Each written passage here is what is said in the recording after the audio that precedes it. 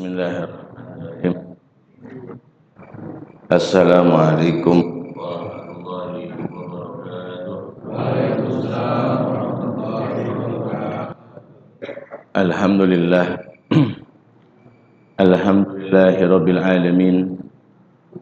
Wal aqibatu lil muttaqin wala udwana illa 'alal zalimin.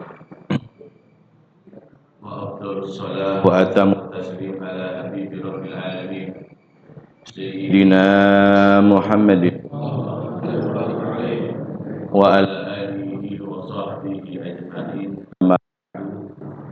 Rabbi shrah li sadri wa yassir li amri wahlul 'uqdatan min lisani yafqahu qawli. Alhamdulillah, yang sama-sama saya hormati seluruh pengurus DKM Masjid Al-Maqsud yang dirahmati Allah Subhanahu wa taala, terutama para jamaah iktikaf, baik bapak-bapak, ibu-ibu, saudara-saudara yang dirahmati Allah Subhanahu wa taala. Alhamdulillah, tanpa terasa malam hari ini kita berada di malam ke-21, awal dari fase yang ketiga ilmu dinana. Yang mudah-mudahan hadirnya kita di sini suatu tanda permohonan kita kepada Allah Subhanahu wa taala agar kita benar-benar terbebas dari api neraka. Jangan sampai hadirin kita merasakan neraka walaupun sebentar. Ya, jangan sampai kita nantang buat masuk neraka. Apalagi jadi penjaga gawang api neraka. Ya, kita minum kopi panas tadi masih tiup, mau belajar masuk neraka. Ya, wa'iyyazubillahi min dzalik, mudah-mudahan jangan sampai. Ya, jangan sampai kita masuk neraka, nyobain sebentar aja di neraka. Wa'iyyazubillahi min dzalik. Hadirin yang dirahmati Allah Subhanahu wa taala. Dan juga kabar gembira, ya, bahwasanya banyak ulama yang mengatakan, ulama-ulama ahli tasawuf, mereka-mereka yang mempunyai atau yang diberikan kemuliaan oleh Allah Subhanahu wa taala, bisa melihat apa yang kita tidak bisa lihat, bisa merasakan apa yang orang awam kagak bisa merasakan. Ya, di antara mereka itu mengatakan seandainya di bulan Ramadan ada malam ganjil itu di malam Jumat. Malam ganjil dari 10 terakhir ada di malam Jumat, maka ketahuilah kata beliau bahwasanya itu adalah malam Lailatul Qadar. Itu yang pertama pendapatnya. Ya. Jadi kalau ada 10 malam terakhir adanya malam Jumat. Kebetulan sekarang malam Jumat, malam ke-21. Maka beliau bilang itu adalah Lailatul Qadar. Yang kedua, Al-Imam Al-Ghazali pun beliau mengatakan seandainya puasa jatuh pada hari Sabtu, maka Lailatul Qadar ada di malam ke-21. Kita dulu kemarin, hari apa? Hari Sabtu. Sekarang malam ke-21. Udah malam ke-21, malam Jumat pula. Dua perkataan ulama, ya alhamdulillah ngumpul pada malam hari ini. Ya, mudah-mudahan malam ini adalah Lailatul Qadar, turunnya malam yang mulia, sehingga apa yang kita kerjakan pada malam hari ini dengan kebaikan kita, dari tadi kita sholat tarawihnya, kita tadarusnya, kita sodakohnya, dan sekarang kita iktikafnya, mudah-mudahan ya itu pahalanya menjadi 1000 bulan. Bisa. Cuman ya jangan kita puas begitu aja. Kan udah bulan 21 nih misalnya, udah jatuh Lailatul Qadar misalnya, Kita abain ntar malam-malam yang lainnya, enggak juga. Ya, ini hanya apa namanya kasafnya para ulama. Ya, bukan berarti 100% benar.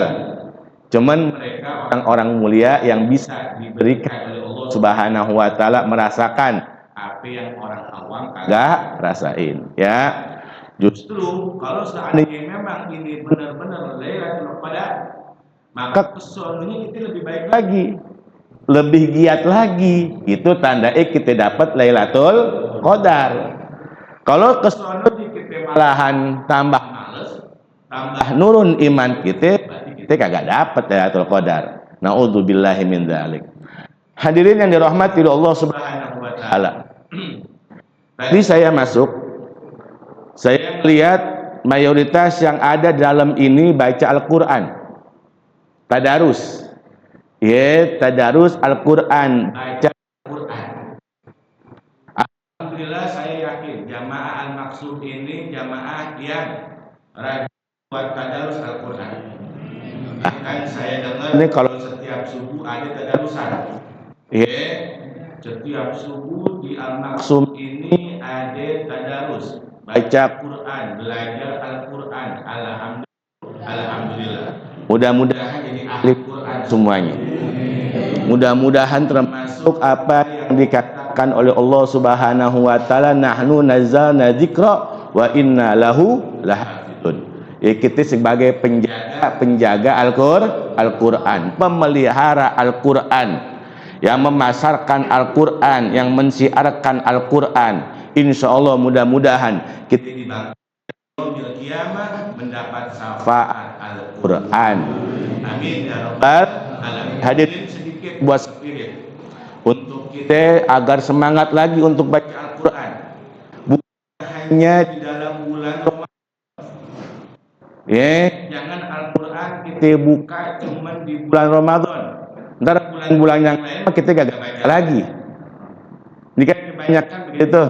Ya, orang maksum ya.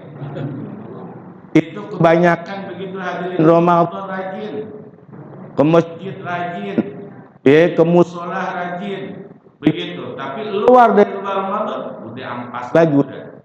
Begitu. Nah, semangat buat baca Al-Qur'an. Ada perkataan ulama bahwa kalau bulan Ramadan, berbicara tentang bulan Ramadan, maka nggak lepas kita berbicara tentang Al-Quran. Karena bulannya Al-Quran. Ramadan alladzi ila Al-Quran. Hudan nas wa bayyinati minal huda wal furqan. Dan berbicara Al-Quran, berbicara masalah mukjizat Nabi Muhammad. Ada pendapat yang mengatakan mukjizat Nabi Muhammad yang paling mulia adalah peristiwa Isra wal Mi'raj. Itu sama Muhammad. Cuman ada ulama lagi yang lebih mutamat, yang lebih kuat perkataannya. Sesungguhnya mukjizat utama Nabi Muhammad adalah Al-Qur'an. Ya, mukjizat utama Rasulullah Shallallahu Alaihi Wasallam adalah Al-Quran. Kenapa mereka berpendapat begitu, hadirin? Dikarenakan dampak yang didapat oleh orang-orang, ya, itu yang membaca Al-Quran ataupun yang mengabaikan Al-Quran.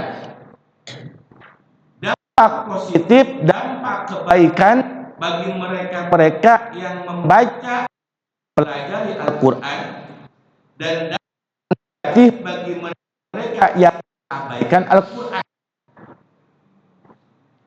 Ya. Nah, ada salah satu ulama, beliau mengatakan di antaranya kita berbicara dampak baik, dampak positifnya, di mana Rasul Shallallahu Alaihi Wasallam beliau mengatakan hukum manta'al Quran. Sesungguhnya sebaik-baik kalian ialah pastinya umat Islam. Sebaik-baiknya kalian wahai umat Islam, kata Rasulullah, adalah mereka yang belajar Al-Quran dan mengajarkan Al-Quran. Sebaik-baiknya orang Islam, sebaik-baiknya mukmin, mereka yang mempelajari Al-Quran, mereka yang belajar Al-Quran, dan mereka yang mau ngajarin Al-Quran. Hadirin yang dirahmati Allah Subhanahu wa Ta'ala, banyak di antara kita terkadang maaf yang meremehkan pelajaran Al-Quran, padahal itu meremehkan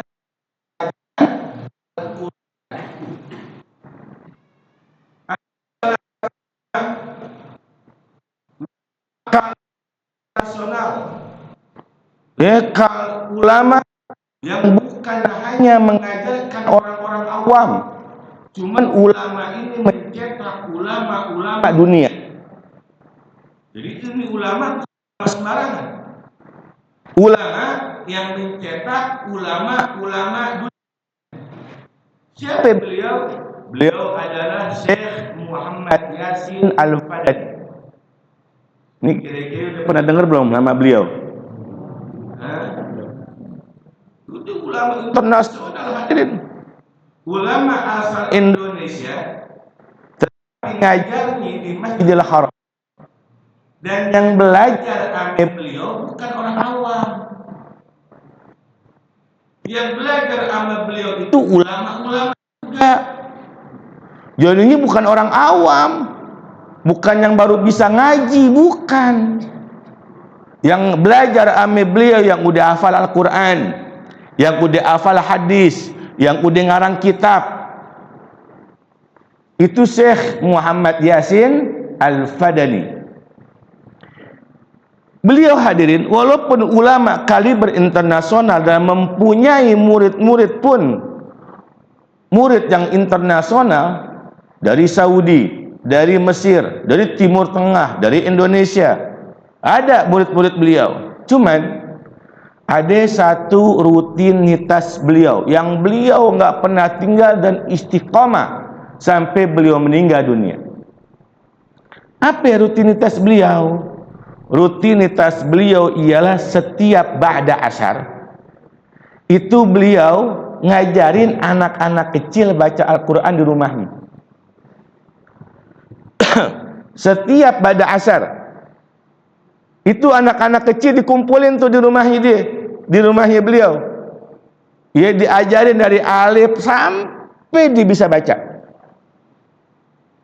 Suatu ketika ada murid beliau nyamperin nih, ya Syekh, antum ini sekarang lagi ditunggu sama murid-murid antum di Masjidil Haram. Yang dari Mesir udah datang, yang dari Turki udah datang, yang dari Madinah udah datang. Antum ditungguin ya Syekh. Antum ngapain ngajarin anak-anak kecil baca Al-Quran? Ngapain ngajarin anak-anak kecil juz amma, baca Iqra? Itu cukup aneh, wahai Syekh. Jangan lagi aneh deh, murid aneh nih bisa ngajarin mereka, udah serahin aja sama mereka. Antum levelnya udah level atas. Kata siapa? Kata muridnya hadirin. Akhirnya beliau Syekh Muhammad Yasin Al-Fadani bilang, ya fulan, ente suruh tuh tunggu mereka-mereka yang lagi nunggu aneh. Ntar aneh habis maghrib ke sono. Aneh entar maghrib di Masjidil Haram, aneh jadi imam di Masjidil Haram. Habis itu mereka boleh pada ngaji. Tapi sekarang aneh pengen fokusin, aneh ngajar anak-anak kecil baca Al-Quran. Kenapa? Karena aneh pengen termasuk daripada hadis Nabi Muhammad, khairukum man ta'allamal Quran wa 'allamahu. Sebaik-baiknya engkau umat Nabi Muhammad adalah yang belajar Al-Quran dan mengajarkan Al-Quran. Tuh, ulama kaliber internasional. Begitu pula Sayyid Muhammad bin Alwi Al-Maliki. yang 15 Ramadan kemarin, haul beliau Sayyid Muhammad bin Alwi Al-Maliki. Beliau ini gurunya para guru. Di antara murid beliau adalah Syekhana Maimun Zubair, yaitu murid beliau tuh. Dan banyak lagi, di antaranya guru kita Habib Badar Rizik Syihab, dan termasuk guru saya pula adalah murid beliau. Saya dulu di tahun 2004, saya minta nama majlis taklim sama guru saya Al-Habib Zain bin Hasan Baharun. Saya keluar pondok Dalwa itu tahun 99. Dari tahun 2000 saya udah ada majlis taklim, cuman belum punya nama. Saya pengen ambil berkah dari guru saya, pengen dikasih nama. Akhirnya saya minta nama ame beliau. Sebelum beliau kasih nama Majlis Taklim Al-Fagir, hadirin, beliau bilang, hal alim tal Quran lil atfal, kata beliau. Jadi kita kalau ngobrol sama beliau, hadirin, bahasa Arab. Apakah ente di rumah ente, di Majlis Taklim ente ngajarin Al-Quran buat anak-anak bocah? Kata beliau, ya. Ente ngajarin Quran kagak buat anak-anak kecil. Kalau ente kagak ngajarin Al-Quran buat anak-anak kecil, ane kagak mau kasih ente nama Majlis Taklim ente. Ane ngajarin wahai Habib, anak-anak kecil wahai Habib, dari TK sampai SD. Akhirnya beliau kasih nama Darud Dakwah Majlis Taklim saya. Darud Dakwah diambil dari nama pondok Darul Lughah wa Dakwah, disingkat Dalwa. Maka saya akhirnya tabarukan pakai nama Darud Dakwah. Akhirnya beliau cerita, beliau punya guru Sayyid Muhammad bin Alwi Al-Maliki. Beliau bilang gini, wahai Amir, kata beliau, ente jangan merasa minder kalau ente ngajarin Al-Quran anak-anak kecil. Jangan merasa minder, bahkan ente harus bangga. Kenapa? Karena Sayyid Muhammad bin Alwi Al-Maliki itu, beliau itu, hadirin, sama kayak Syekh Yasin Al-Fadani yang beliau ajarkan ulama-ulama nasional internasional juga. Tetapi kalau beliau nih habis ngajarin ulama-ulama, habis ngajarin murid-murid beliau, itu langsung disuruh pulang. Langsung disuruh pulang. Biasanya kan kita kalau seandainya ngaji nih, hadirin, habis ngaji kelar, kita kan pengen ngopi dulu sama guru kita. Kadang-kadang kan begitu, ngasih kopi, makan guru, itu kagak, pulang. Akhirnya beberapa kali digituin murid-murid beliau. Ada salah satu murid beliau ini, hadirin, yang penasaran, kok kita semuanya disuruh pulang? Kira-kira apa sih yang terjadi sama Sayyid Muhammad Al-Maliki ini? Habis kita belajar, akhirnya beliau, hadirin, maaf, namanya juga murid, penasaran sama guru. Kira-kira ini guru ngapain? Ternyata, maaf hadirin, Sayyid Muhammad bin Alwi Al-Maliki ini habis ngajarin para ulama, beliau ngumpulin anak-anak kecil belajarin Al-Quran. Sama kejadian kayak tadi, muridnya nyamperin, Sayyid, ngapain ente ngajarin anak-anak kecil? Cukup aneh wahai Sayyid, ente percayain saya wahai Sayyid, saya akan ngajarin mereka sampai mereka bisa baca Al-Quran. Apa kata Sayyid Muhammad bin Alwi Al-Maliki? Beliau mengatakan, enggak, aneh pengen ngambil berkah dari anak-anak kecil yang aneh ajarin Al-Quran.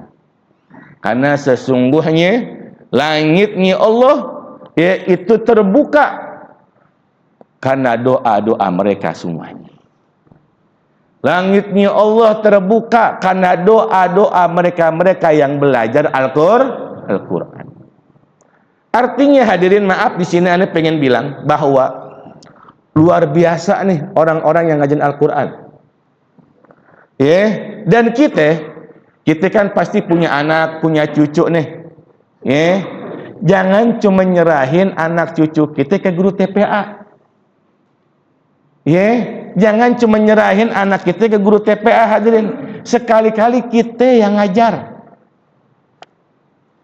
Jangan kita serahkan semua keberkahan kepada guru-guru TPA. Emang kita gak mau? Kan mau juga. Ajarin anak-anak kita baca Al-Quran, cucu kita baca Al-Quran, ajarin di rumah kita. Insya Allah keberkahan dari Allah bakal terwujud untuk kita semuanya. Insya ada salah satu cucu Nabi Muhammad yang bernama Al-Imam Muhammad Al-Bagir. Sayyidina Al-Imam Muhammad Al-Bagir ini anak Al-Imam Ali Zainal Abidin. Al-Imam Ali Zainal Abidin anak daripada Al-Imam Husain. Al-Imam Husain anak daripada Al-Imam Ali bin Abi Thalib. Dan Sayyidah Fatimah bintu Rasulullah sallallahu alaihi wasallam. Al-Imam Muhammad Al-Bagir punya anak namanya Al-Imam Ja'far Shadiq. Imam Ja'far Shadiq walaupun masih kecil tapi dia cerdas. Luar biasa. Suatu saat Al-Imam Muhammad Al-Bagir itu minta tolong oleh salah satu ustadz. Salah satu ustadz di kampungnya beliau untuk ngajarin anak beliau yang bernama Imam Ja'far Shadiq buat baca Al-Quran. Masih kecil, umur 3-4 tahun. Tapi tadi Anda bilang otaknya cerdas. Enggak lama ngajarin, enggak lama, beberapa kali pertemuan ajarin dari huruf alif sampai akhirnya lancar baca Al-Quran. Semen beberapa kali pertemuan hadirin. Di saat beliau udah baca Al-Quran, lancar baca Al-Quran,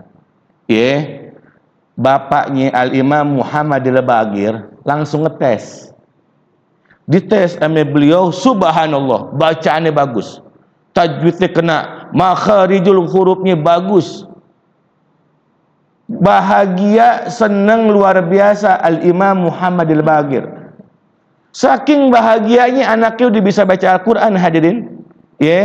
Itu beliau datang ke rumah gurunya yang tadi ngajarin Al-Quran, ngasih hadiah, nggak banyak, cuman 120 ekor onta. Berapa ya? 120 ekor onta.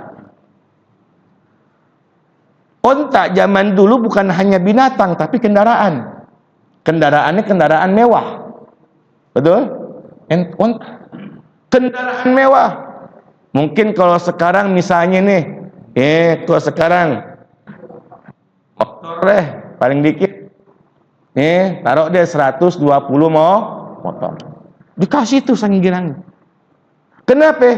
Karena memuliakan orang yang mengajarkan Al-Quran. Ini ada pertanyaan nih buat semuanya. Ada gak kita kira-kira yang ngasih hadiah buat guru ngaji 1 motor? Anak itu bisa baca Al-Quran nih.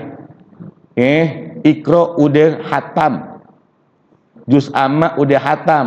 Naik sekarang Al-Quran, belajar tajwid udah bisa. Ada yang ngasih gurunya hadiah motor?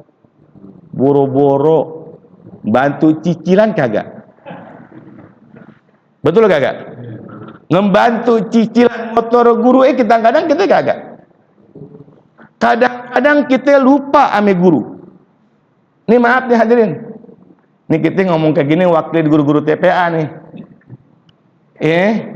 Ini maaf kadang-kadang boro-boro hadiah bayaran lupa.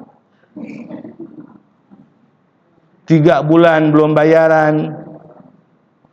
Kadang-kadang direvel sampai 1 tahun.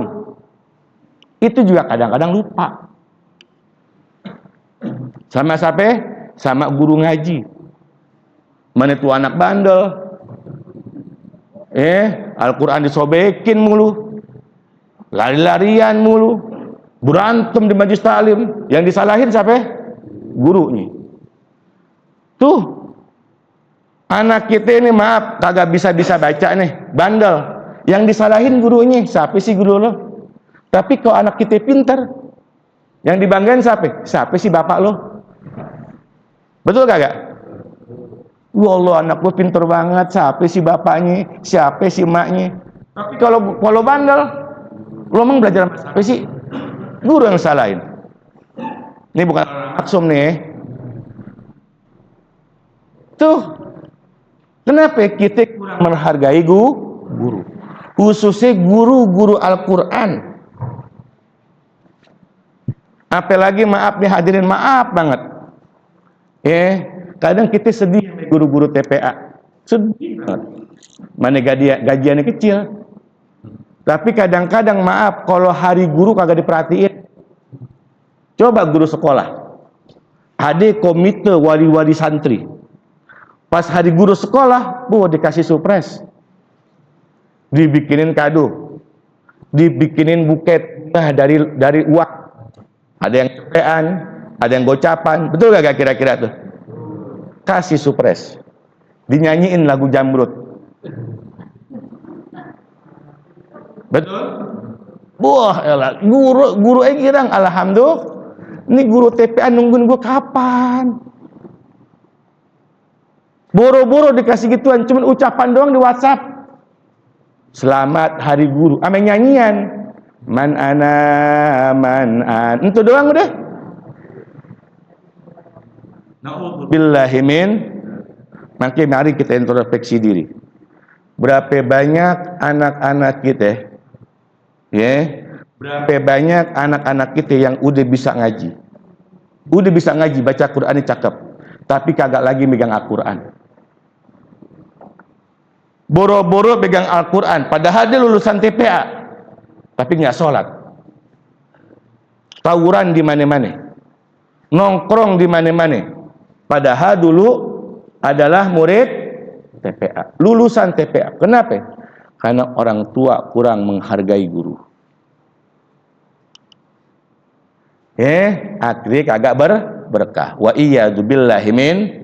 Itu yang pertama hadirin. Kemuliaan Al-Quran bagi mereka yang mengajar dan belajar Al-Quran. Yang kedua, Al-Quran memuliakan kita bagi mereka yang membaca dan melihat Al-Quran.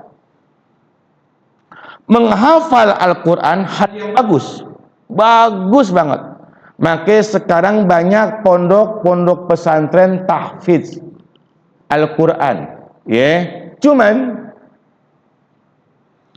kita ketika membaca Al-Quran, usahain kita lihat Al-Qurannya. Contoh begini. Kadang kita kalau diundang tahlil, kita kan kalau diundang tahlil ini disuruh baca Yasin. Kadang-kadang dibagiin Yasin, kita bilang nggak usah, udah hafal. Dari awal sampai bagus kagak? Bagus. Cuman lebih bagus lagi kalau seandainya walaupun kita hafal, kita lihat Al-Qur'an. Apa kata Rasulullah sallallahu alaihi wasallam? Beliau mengatakan, qira'atul rajulu fi mushafi, qira'atul rajulu bi ghairi mushafin lahu alfu darajat. Seandainya ada orang yang baca Al-Quran tanpa mushaf, tanpa melihat Al-Quran, maka diangkat oleh Allah subhanahu wa ta'ala alfu darajat, 1000 derajat. Wa qira'atul rajuli bil mushafi, dan kalau seandainya seseorang membaca Al-Quran dengan melihat Al-Qurannya, walahu alfaini darajah, dia diangkat atau diberikan 2000 derajat. Membaca Al-Quran tanpa melihat Al-Quran 1000 derajat, tapi kalau melihat Al-Qurannya 2000 derajat. Makanya hadirin, antum kalau seandainya melihat guru kita Al-Habib Al-Musnid Al-Hafidz Al-Habib Umar bin Muhammad bin Hafidz bin Syekh Abu Bakar, yang kita kenal dengan Habib Umar Yaman, Tarim, Hadramut, guru daripada Al-Habib Unzir, guru daripada Al-Habib Jendan, dan guru-guru kita semuanya itu banyak belajar sama beliau. Beliau dapat julukan Al-Hafiz. Kalau udah dapat julukan Al-Hafiz, berarti Al-Quran udah di luar kepala beliau. Dan kalau udah dapat julukan Al-Hafiz, berarti minimal beliau udah hafal 100.000 hadis.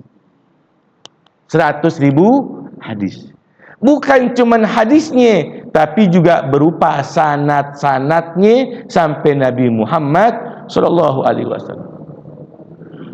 Beliau walaupun hafal Al-Quran, hadirin, itu beliau kalau sholat, kalau sholat diri, itu di samping beliau ada Al-Quran. Jadi sholatnya beliau itu dengan membaca Al-Quran, habis Fatihah, itu dibaca, bukan dihafal, tapi dibaca. Di sampingnya beliau tuh, habis baca Fatihah, baca Al-Quran di sampingnya. Kalau antum lihat, di madrasah beliau atau di pondok pesantren beliau, kenapa? Dikarenakan beliau tahu fadilah orang yang baca Al-Quran. Kalau di luar sholat kita membaca Al-Quran mendapat 2000 derajat, tapi kalau di dalam sholat itu lebih lagi dilipat gandakan oleh Allah Subhanahu wa ta'ala. Apalagi kalau kita baca di dalam bulan suci Ramadan, berlipat ganda lagi pahalanya, hadirin. Berlipat ganda lagi pahalanya. Itu orang-orang yang membaca Al-Quran. Yang kedua, kalau kita sering lihat Al-Quran, mata kita dijaga oleh Allah Subhanahu wa ta'ala. Ini mata kita nih dijaga oleh Allah dari pandangan yang haram, dari pandangan yang dimarahi, yang dimurkain sama Allah Subhanahu wa ta'ala. Dijaga mata kita. Kenapa? Karena kita menjaga Al-Quran dan Al-Quran bakal menjaga kita. Yang ketiga, hadirin, kalau kita sering-sering baca Al-Quran, mata kita dijauhkan daripada penyakit. Maka kita bisa lihat ulama, orang-orang tua dulu nih. Orang-orang tua dulu nih, hadirin, maaf, jarang yang ada pakai kacamata, nggak kayak aneh nih. Kalau kita emang dari kecil dah, itu jarang-jarang yang ada pakai kacamata. Karena kenapa? Karena mereka baca Al-Quran kuat. Tuh, Allah jaga pandangan mata kita. Yang ketiga, yang terakhir,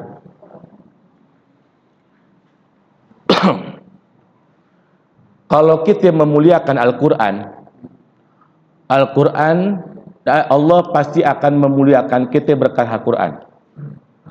Ini udah sering cerita mungkin di pengajian-pengajian. Nggak sedikit orang-orang, nggak sedikit orang-orang yang memuliakan Al-Quran. Ketika kita gali kuburannya, ternyata jasadnya masih utuh. Ini dengar sendiri cerita dari Sayyidil Walid Al-Habib Ali bin Abdurrahman As-Segaf. Beliau bercerita begini, di Menteng Dalam, hadirin, ada kiai, mungkin antum tahu, namanya Kiai Haji Yazid Romli. Kiai Haji Yazid Romli di Menteng Dalam, orangnya masih hidup. Itu beliau cerita kepada Al-Habib Ali bin Abdurrahman As-Segaf, Sayyidil Walid.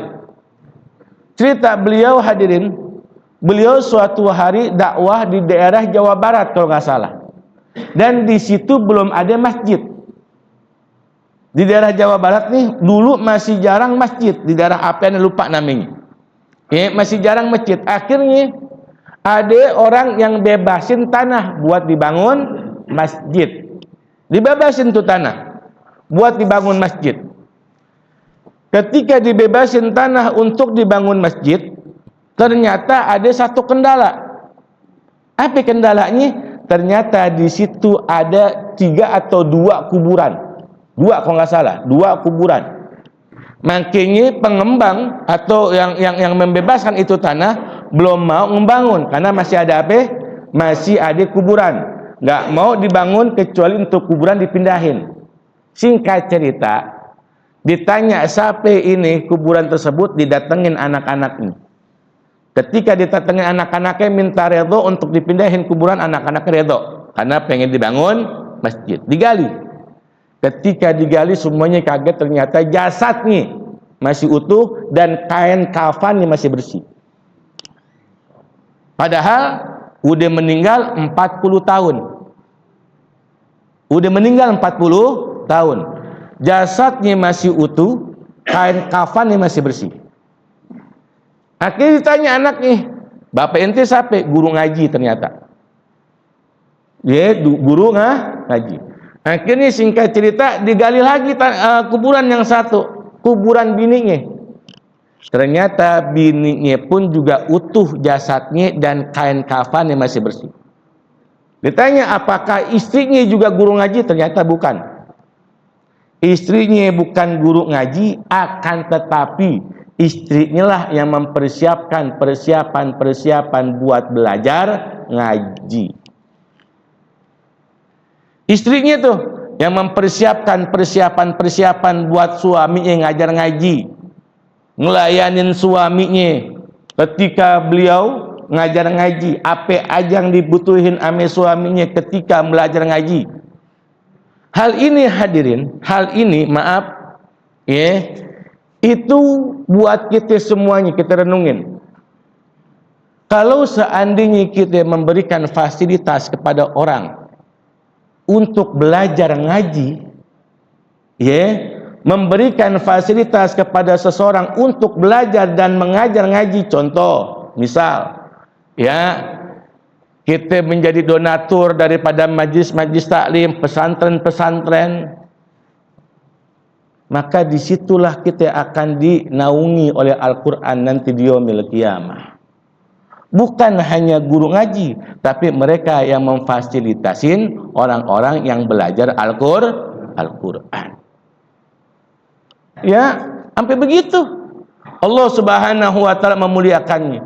Bukan cuma itu hadirin. Ada satu cerita, ada seorang yang ahli maksiat, kerjaannya maksiat. Masya Allah, luar biasa kemaksiatannya.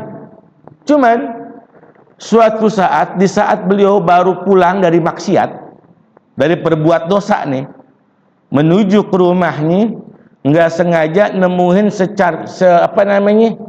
robekan Al-Quran, robekan doang, robekan Al-Quran. Ketika ditemuin di jalanan, diinjak-injak sama orang, ini orang nangisnya luar biasa. Dia nyeselin kenapa ada robekan Al-Quran di jalan. Kenapa orang kagak perhatiin? Akhirnya beliau ambil. Di saat beliau ambil dibersihin, ini apa namanya? Ini Al-Quran. Ketika dibersihin, dikasih minyak wangi, ditaruh di atas rumah yang paling mulia. Udah begitu hadirin, ya, ada salah satu ulama pada zamannya melihat atau mimpi, dalam mimpinya dia didatengin oleh Nabi Muhammad SAW. Apa kata Rasulullah? Salamin ame itu orang. Salamin ame umatku tersebut. Sesungguhnya beliau udah diangkat jadi wali oleh Allah Subhanahu wa taala. Cuma muliain Al-Quran. Muliain tulisan Al-Quran. Allah taala muliain. Ada yang bertanya ane begini ketika ane menceritakan hal ini. Enggak mungkin Ustaz, ini kan ada maksiat. Masa gara-gara gitu doang Allah jadiin wali? Hadirin, kita pernah baca satu hadis Nabi Muhammad SAW di kitab Riyadhus Shalihin, di mana di situ Rasul SAW cerita ada satu pelacur. Ini antum udah sering denger ini. Satu pelacur habis dia islakati apa namanya, ngerjain kerjaannya dia pulang menuju rumahnya, ada seekor anjing kehausan, diambilin minum, ya, diambilin minum sama dia. Akhirnya dosa-dosa dia diampunin sama Allah Subhanahu wa taala. Berkat apa? Berkat dia mempunyai sifat rahim, mempunyai sifat kasih sayang kepada sesama makhluk. Walaupun kita tahu itu anjing adalah hewan mempunyai sifat najis, mughalladhah. Tapi Allah kagak ngelihat anjingnya, yang Allah lihat apaan? Kasih sayangnya. Oh, bagaimana dengan orang yang muliain Al-Quran? Bagaimana orang-orang yang mengagungkan Al-Quran? Bagaimana kagak dimuliain oleh Allah Subhanahu wa Ta'ala? Tuh makin muliain Al-Quran. Ya, dan hadirin, dengan memuliakan Al-Quran, kita pun harus memuliakan Al-Quran dengan sebenar-benarnya. Ini kadang-kadang kita bisa lihat. Ini terkadang sering juga lihat, ya, sering lihat orang kalau baca Al-Quran itu kadang-kadang, maaf hadirin ya, ini adab kita sama Al-Quran, adab sama Al-Quran. Kadang kita kalau buka lembaran Al-Quran, kita kebet Al-Quran, ini orang-orang dulu nih khususnya, kadang pakai ludah. Ada gak tuh? Mau buka susah dibukanya, mungkin pakai ludah. Ini namanya gagak punya adab sama Al-Quran. Sekali lagi nih, ya, dosa apa gagak? Nggak dosa, enggak dosa, boleh-boleh aja, tapi gagak punya adab. Kagak punya adab sama Al-Quran. Kenapa nggak punya adab? Hadirin, ane pengen nanya nih, Al-Quran ame muka kita muliaan mana? Quran. Al-Quran ame muka kita muliaan Al-Quran. Pertanyaan kita, mau kagak muka kita digitu ludah sama orang? Orang gituin ludahnya ke muka kita? Nggak mau. Nami kurang bagaimana sama Al-Quran? Ini kadang-kadang adab kita sama Al-Quran. Kita sering baca Al-Quran, kam min kari Al-Quran wal Quran yal'anu. Berapa banyak orang-orang yang baca Al-Quran, tapi Al-Quran bukan ngasih keberkahan, tapi apa? Melaknat orang tersebut, karena nggak punya adab. Dan juga di antara kita adab sama Al-Quran, jangan sejajarin Al-Quran sama kaki kita. Apapun yang ada tulisan Al-Quran, jangan sejajarin sama kaki kita. Kadang-kadang kita, maaf, Yasin ada di bawah, buku Yasin nih kita letakin di bawah aja sejajar sama kaki kita. Jangan. Al-Quran sama orang tua kita muliaan Al-Quran. Tapi seandainya kalau orang tua kita duduk di bawah, kita di atas, gimana hadirin? Termasuk kita kurang bagaimana sama Al-Quran. Ya, oleh karena itu, ya mudah-mudahan bulan Ramadan ini makin semangat lagi kita untuk membaca Al-Quran. Untuk kedepannya, ya insya Allah istiqomah kita untuk membaca Al-Quran. Mungkin sampai situ ada mau nanya dulu, pegang fadhol. Ada mau nanya? Fadhol.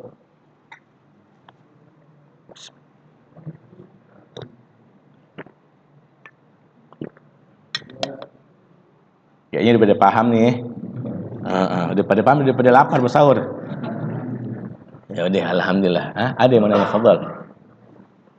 Tadi kan terpulang bahwa kalau kita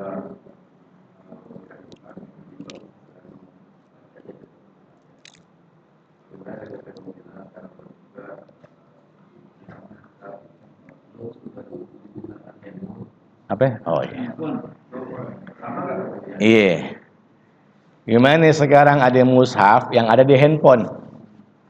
Sama kagak kita, sama kita melihat Al-Quran juga. Itu kan hanya media. Hanya media. Media bisa berupa kertas, bisa berupa handphone, bisa berupa segala macam. Yang penting kita melihat tulisan Al-Quran. Kayak misalnya kita ada pajangan di rumah kita, tulisan Yasin kan ada tuh, ayat kursi ada, kita baca. Sama kayak kita baca Al-Quran, niatin buat baca Al-Quran, ya sama insya Allah pahalanya. Oke? Ada lagi mau nanya? Udah kali ya? Ya alhamdulillah. Ini juga kurang enak badan sebenarnya, tadinya meriang banget. Tapi alhamdulillah semangat jamaah bikin semangat kita juga. Semangat di Lailatul Qadar insya Allah. Ya kita baca Fatihah hadirin. Ya buat orang tua kita. Ya khususin buat orang tua kita, buat guru-guru kita, buat mereka-mereka yang berjuang di masjid ini, yang sudah meninggal dunia. Insya Allah mudah-mudahan Allah jadikan kuburnya raudhah min riyadil jannah. Allah terangin alam kubur insya Allah. Yang masih hidup Allah panjangin umurnya. Ala hadiniyah al-Fatihah. A'udzubillahi minasyaitonir rajim. Bismillahirrahmanirrahim. Iyyaka na'budu wa iyyaka nasta'in.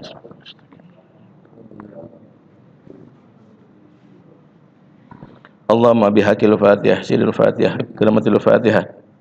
Iftalana abwabal khair. Waj'alna min alil khair wa ahtim lana bil khair. Allahumma bihaqi Fatimah wa baliha baniha wa ummiha wa akhiha. Furqana munzil al-Quran bil hikmati wal bayan. Barikillahumma lana fi sahri Ramadan. Barikillahumma lana fi sahri Ramadan. Barikillahumma lana fi sahri Ramadan. Wa inna lasiyam wal qiyam qiraatul Quran. Allahumma rzuqna lailatul qadr fi hadhihi sahar. Allahumma rzuqna lailatul qadr fi hadhihi sahar. Allahumma rzuqna lailatul qadr fi hadhihi sahar bi rahmatika ya arhamar rahimin. Wa sallallahu ala sayyidina Muhammadin wa ala alihi wasallam. Alhamdulillahirabbil alamin wa afu minkum. Assalamualaikum warahmatullahi wabarakatuh.